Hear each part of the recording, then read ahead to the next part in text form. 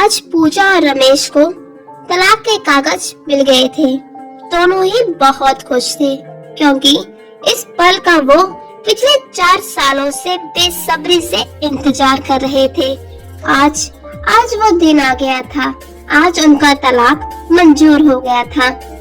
दोनों ही अपने अपने परिजन के साथ कचहरी आए थे और अब उनके चेहरे पे जीत की खुशी और एक अजीब सा सुकून साफ साफ दिख रहा है। पूजा के हाथों में दहेज के सामान की लिस्ट है जो कि उसको रमेश से वापस लेना है और रमेश के हाथों में भी गहनों के सामान की लिस्ट है जो कि उसको पूजा से वापस लेनी है। फिर दोनों ही एक ही टेम्पो में बैठकर रमेश के घर पहुंचते हैं। आज पूजा पूरे 4 साल के बाद अपने घर आई है, वो भी आखिरी बार, क्योंकि उसको दहेज के सामान की पहचान करनी है। रमेश घर में अकेला होता है क्योंकि उसके भाई और माँ बाप अभी भी गांव में ही रहते हैं। पूजा और रमेश की अपनी मनपसंद शादी थी, इसीलिए दोनों परिवार से अलग शहर में रहते हैं और उनका एक बेटा भी है जो अब 7 साल का हो गया है, जिसके 18 साल तक होने तक वो पूजा के पास रहेगा और रमेश महीने में 1 या 2 बार उससे मिल सकता है। दोनों की शादी को पूरे 10 साल हो गए हैं, लेकिन साथ में सिर्फ 6 साल ही रहना हुआ। फिर एक दिन एक छोटी सी बात पर दोनों के बीच अनबन हुई और पूजा रूठकर मायके चली गई और फिर झगड़ा बढ़ते कचहरी तक पहुंच गया और आज 4 साल का सफर तय करके तलाक तक पहुंच गया। पूजा घर के अंदर आती है और घर को देखकर बस देखती ही रह जाती है क्योंकि पूरे 4 साल के बाद आज वो फिर से अपने आशियाने को आखिरी बार देख रही थी। घर को देखते ही सारी की सारी पुरानी यादें ताजा हो जाती हैं। कैसे इस घर में उसने अपने जीवन की शुरुआत की थी, कैसे प्यार भरे पल बिताए थे, कैसे एक चीज को प्यार से संजोया था, एक चीज को प्यार से जोड़ा था। कितनी मेहनत से दोनों ने इस घर को खड़ा किया था, अपने आशियाने की नींव रखी थी। घर में आते ही रमेश सोफे पर लेट जाता है। थका हारा सा रमेश कहता है, पूजा तुम्हें जो भी चाहिए तुम ले जाओ, मैं तुम्हें नहीं रोकूंगा। फिर पूजा भी रमेश को बहुत ध्यान से देखती है। 4 सालों में कितना बदल गया है। शरीर से बहुत कमजोर हो गया है। बालों में सफेदी आ गई है।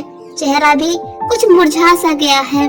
फिर पूजा स्टोर रूम की तरफ जाती है जहाँ पर उसके शादी का ज्यादातर सामान रखा हुआ था। सामान अब ओल्ड फैशन का हो चुका था, इसीलिए कबाड़ की तरह स्टोर रूम में रख दिया गया। दोनों का प्रेम विवाह था।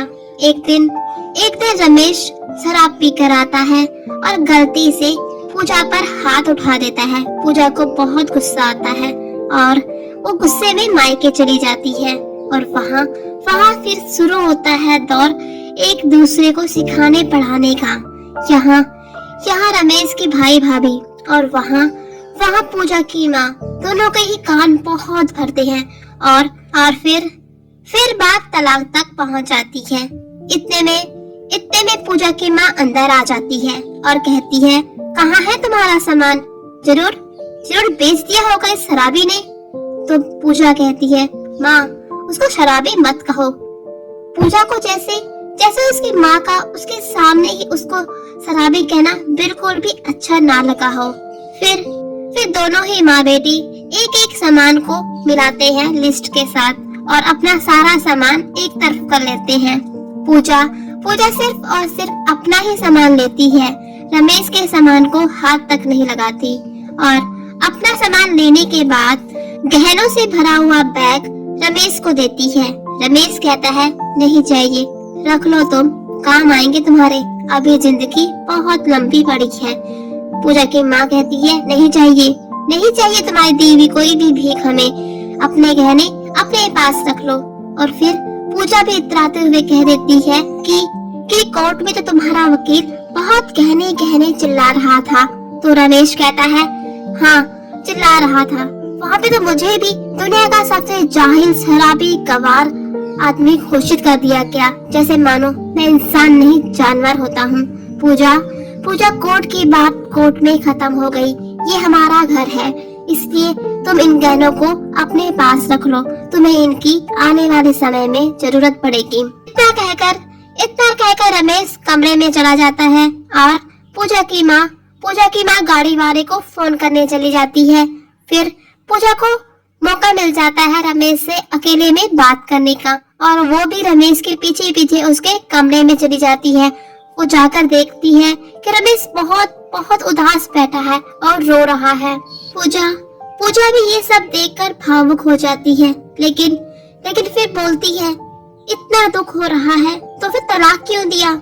तो रमेश कहता है, मैंने नहीं, तुमने दिया तलाक। तो पूजा कहती है, दस्तखत तो तुमने भी किए थे, माफी भी मांग सकते थे। तो फिर रमेश कहता है कि मौका कब दिया? कितनी बार मैं तुमसे माफी मांगने, तुम्हें मनाने तुम्हारे घर आया, पर तुम्हारे घर वालों ने मुझे तुमसे मिलने तक नहीं दिया।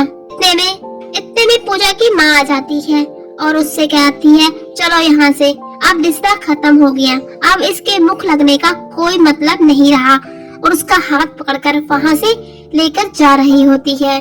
पूजा जैसे मानो सुन्न से पड़ती जा रही हो, वही सोफे वही गिर जाती है, और उसको याद आता है कितनी मेहनत से पैसे जमा करके उसने ये सोफा खरीदा था, पूरे बाजार में घूमी थी, फिर जाकर कहीं ये सोफा पसंद आया था, और फिर उसकी नजर सामने ही लगे हुए तुलसी के पौधे पर पड़ती है, जो कि अब बिल्कुल सूख चुका है, और उसको याद आता है कितनी प्यार से सींचा था उसने इस तुलसी के पौधे को। एक चीज के साथ कोई ना कोई याद जुड़ी हुई थी। पूजा को सारी बातें एक एक करके याद आ रही थी, और वो टूटती ही जा रही थी, लेकिन फिर उसने खुद को संभाला, क्योंकि वो जानती थी कि अब रिश्ता टूट चुका है और अब भावुक होने का समय नहीं रहा, इसीलिए उसे खुद को संभालना है। और फिर अपनी माँ का हाथ पकड़कर बाहर आ जाती है। जैसे ही गाड़ी के हॉर्न की आवाज रमेश के कानों तक पहुँचती है, तो वो एकदम से बेड से उठता है, घर से बाहर आता है और पूजा के पैरों में गिर जाता है, और हाथ जोड़कर कान पकड़कर माफी मांगता है और कहता है कि उसे माफ कर दे, उससे गलती हो गई। जैसे मानो पूजा ये शब्द सुनने के लिए तरस गई थी, जैसे मानो पूजा यही वो शब्द सुनना चाहती थी, और वो भी रमेश को आगे बढ़कर गले लगा लेती है। दोनों फूट कर रोते हैं और एक दूसरे से अब माफी मांगने लगते हैं, और दोनों ही फिर एक दूसरे से दबे हुए प्यार का इजहार करते हैं और साथ में रहने का फैसला करते हैं। और फिर पूजा तलाक के कागज फाड़ देती है, और फिर दोनों एक बार फिर से हंसी खुशी अपने घर में प्रवेश करते हैं। माँ देखती रह जाती है और समझ जाती है कि दिलों के रिश्तों को कोर्ट कचहरी के कागज के टुकड़े से नहीं तोड़ा जा सकता। कहानी अच्छी लगी हो तो वीडियो को लाइक शेयर करना बिल्कुल ना भूले, और चैनल को सब्सक्राइब कर ले। और अब हम मिलेंगे अपनी अगली वीडियो में एक नई कहानी के साथ, तब तक के लिए